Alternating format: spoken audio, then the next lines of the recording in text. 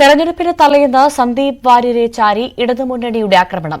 സന്ദീപ് മുൻപ് നടത്തിയിട്ടുള്ള മുസ്ലിം വിരുദ്ധ പരാമർശങ്ങൾ പത്രപരസ്യമാക്കിയ LDF ഇന്നത്തെ പ്രധാന ചർച്ചാ വിഷയമാക്കി. ഇത് മാറ്റാനുള്ള ശ്രമത്തിലുമാണ്.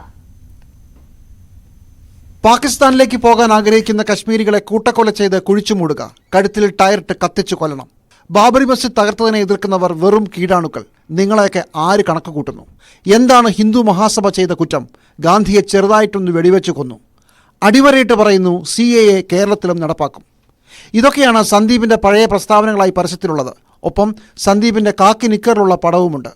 സുപ്രഭാതം, സിറാജ് എന്നീ പത്രങ്ങളുടെ 1-ാം പേജിലാണ് പരസ്യം. സന്ദീപ് വാര്യർ RSS വിട്ടിട്ടുണ്ടോ?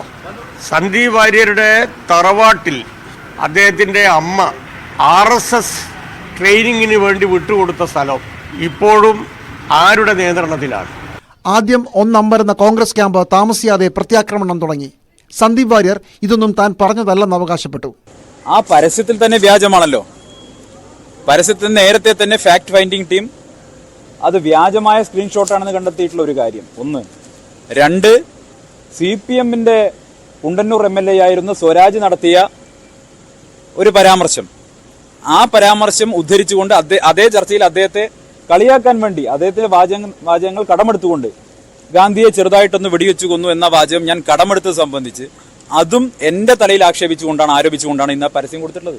അതിനകത്ത് കൊടുത്തിരിക്കുന്ന ഒരു പരാമർശം പൗരത്വ ഭേദഗതി നിയമവുമായിട്ട് ബന്ധപ്പെട്ടിട്ടാണ്. ഞാൻ ചോദിക്കട്ടെ, ഈ രാജ്യത്തെ പൗരത്വ ഭേദഗതി നിയമത്തിനെതിരായി നടന്ന സമരങ്ങളിൽ കേസെടുത്തിട്ടുള്ള മുഖ്യമന്ത്രിമാരാരൊക്കെയാ? 1 യോഗി ആദിത്യനാഥ്, 2 യോഗി പിണറായി വിജയൻ. ഇനി മുൻ പ്രസ്താവനകളാണ് എടുക്കേണ്ടതെങ്കിൽ, അല്ലെങ്കിൽ മുൻകാല ചെയ്തികൾ എടുക്കേണ്ടതെങ്കിൽ ശ്രീ OK വാസുവിന്റെ മുൻകാല ചെയ്തി എടുത്തിട്ടാണോ നമ്മൾ അതിനെ ഓഡിറ്റ് ചെയ്തത്? എന്തുകൊണ്ട് മുസ്ലിം സമുദായ സംഘടനകൾ നടത്തുന്ന പത്രങ്ങളിൽ മാത്രം പരസ്യം എന്നതിന് CPM ന്യായം ഇതാണ്. ഞങ്ങൾ എല്ലാ പത്രങ്ങളിലും പരസ്യം കൊടുത്തിട്ടുണ്ടായിരുന്നു. 2 പത്രങ്ങളുടെ പരസ്യം മാത്രം ഒരു പ്രധാന വിഷയമാവുന്ന എന്തുകൊണ്ടാണെന്നറിയില്ല. ഈ മുസ്ലിം സംഘടനകളുടെ നേതൃത്വത്തിലുള്ള ഉടമസ്ഥതയിലുള്ള പത്രത്തിൽ കൊടുത്ത ഈ പരസ്യം സ്വന്തം പത്രമായ ദേശാഭിമാനിയിൽ ആ പരസ്യമില്ല. അങ്ങനെ മനസ്സിലാക്കേണ്ടത്.